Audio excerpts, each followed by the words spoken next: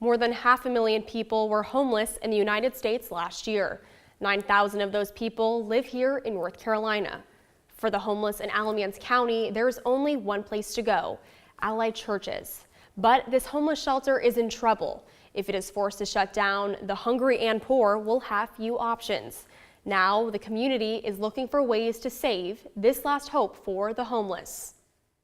I will find some way and some means to find somewhere dry to sleep tonight. Last night I slept out in the field in a sleeping bag with my poncho over top of my sleeping bag, and 4:30 this morning the raindrop hit me right dead on the tip of my nose. William Klontz says he's been homeless for about 6 months, which has been the most difficult time of his life. As the only homeless shelter in this area, Allied Church's mission has been to serve people such as Klontz. However, the shelter now faces serious financial struggles, ones that could force its doors to close. There's a lot of people that are living there right now that are very concerned about, about their future. After he says the bank foreclosed on his house in May, Klontz stayed for 30 days at Allied Churches before returning to the streets. I mean, it was really cold out there, but I've got a 0 below sleeping bag, and I've got a blanket and a pillow and a tarp that I can put over my sleeping bag. And I really, I'm 48 years old, I'm an adult. Nobody brought me to where I'm at but God and myself, God and these 2 feet. Allied Churches is currently home for 43 people, which is more than 80% of Burlington's homeless population. But that is not the only group of people the shelter serves. With 30,000 people living in poverty in Alamance County, Allied Churches could be a future safe haven for more individuals. The shelter provides basic necessities for the community, like housing placement and hot meals, things that Klontz no longer receives and that some people might take for granted. I'm concerned about where I'm going to get my next shower and my next meal at, because the weekend's coming up, and I'm just concerned about that. But, I mean, if that's the only way I've got to live, then I'm not going to give up, I'm going to wrap up in my sleeping bag and throw a tarp over it, and I'll find somewhere to sleep. But the shelter is facing dramatic changes. In October, the executive director and 5 other staff members were laid off after the shelter ran out of money to pay them. Kelly Paul, chair of the board of directors for Allied Churches, says without taking drastic measures, the shelter situation would be much worse than it is now. But we had to cut expenses, and we had to cut them quickly. But if we didn't do that, we wouldn't be housing people in need right now. So you wouldn't be open if you didn't make those cuts? Yeah, it was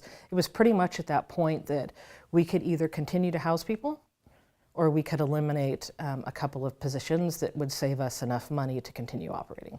Community partners donated more than $80,000 to the shelter after its financial situation became public in a Burlington Times news article in September. But the problems are far from over. The board says while the money helps keep Allied Churches open, it is not uncommon for the shelter to receive most of its donations during the holiday months. My concern is have people given earlier as opposed to given additional, because that could impact us as we head into February. So you think it could potentially kind of stop? Yeah, that's what we're paying real close attention to. We have a lot of other groups that have come up and are doing fundraisers, which we're thrilled for, but we are paying real close attention to make sure that we aren't losing dollars that we would expect to receive later. Jay Baker has been serving as the interim shelter manager since October. He says he and his staff must evaluate the shelter's economic structure.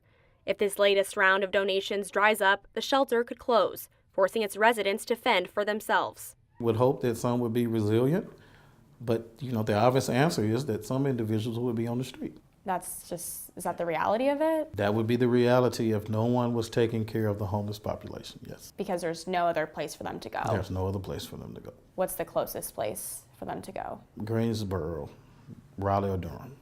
So how would they get there? What would you do? Those are things.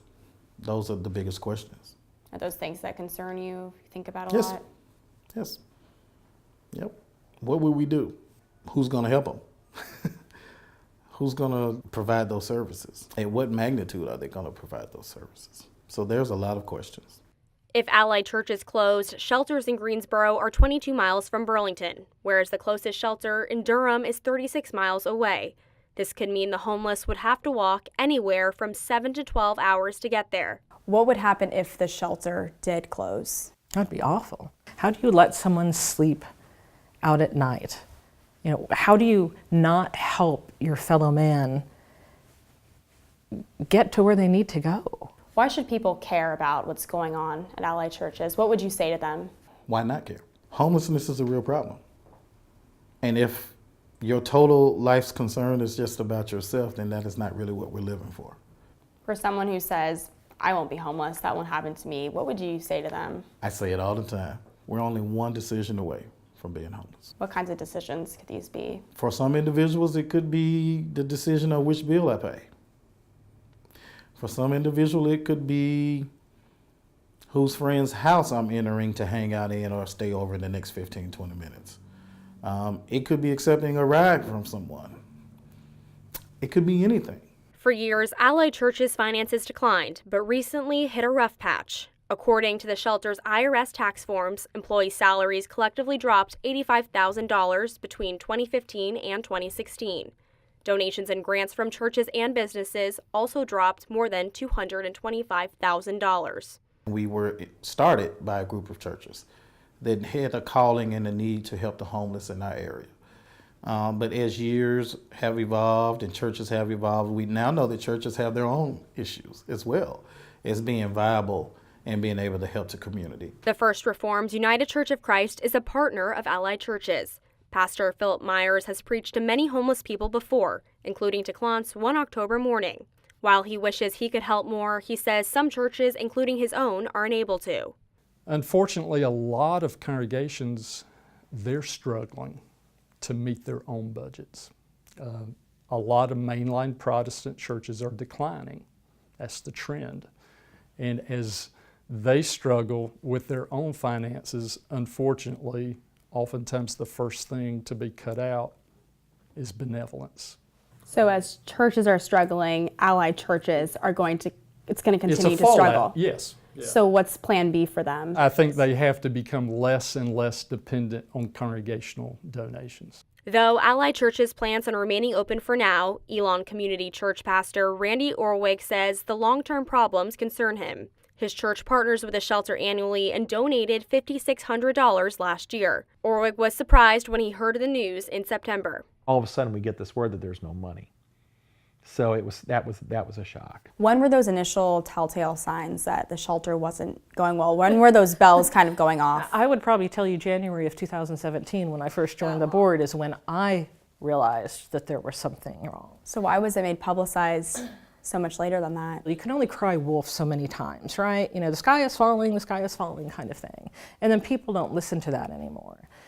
We've always had a challenge in securing enough funds. This needs to be a full community effort, and I feel very strongly about this because I've seen it work very successfully in other areas, and I don't know why it's not working here, but I think part of it is that we just were told everything's fine, and then everything wasn't fine. When did you find out things weren't fine? When you did, when When we that all did, article when it came all out? hit, yeah. If you had known before, you as a pastor and Elon Community Church would have stepped Oh in. yeah, well, a long time Do you think other before. churches would have? Oh, absolutely. I have a lot of experience in all the different communities I've been in working with homeless shelters, and I have to say Allied Churches has probably been the most perplexing.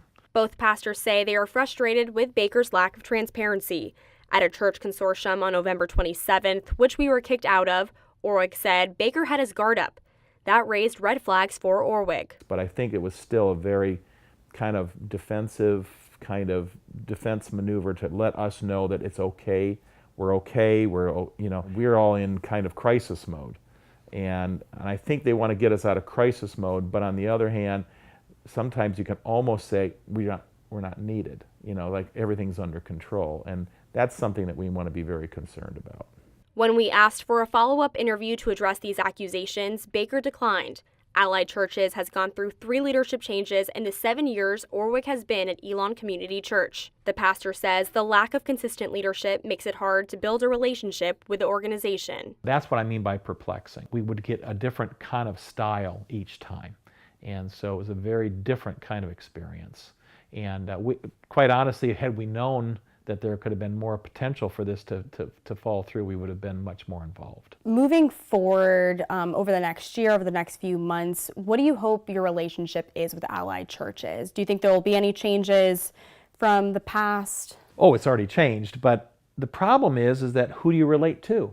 you know, when you have an ever-changing group of faces, that's not easy because you build relationships with people and not with just an organization. Given all of these issues that are happening right now, what's your incentive to donate?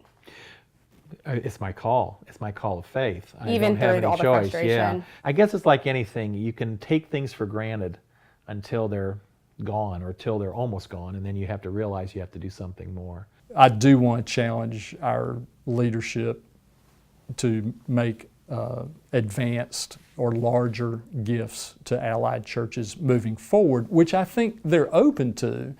They just want to see what action plans, what strategies allied churches have. Do you expect that from them? From Allied allied churches? I think they have to provide that. I don't think this congregation is unique in that way. I think a lot of people will expect that. Baker knows the problems are far from over. While the donations helped, that money will eventually run out. But my question would be, have we failed as a community if Allied Churches closed? Did we not do all that we could do to provide for these individuals? Many of these individuals come in and in 30 days, they're back on their feet. Do we want to lose that? I think the answer is we don't.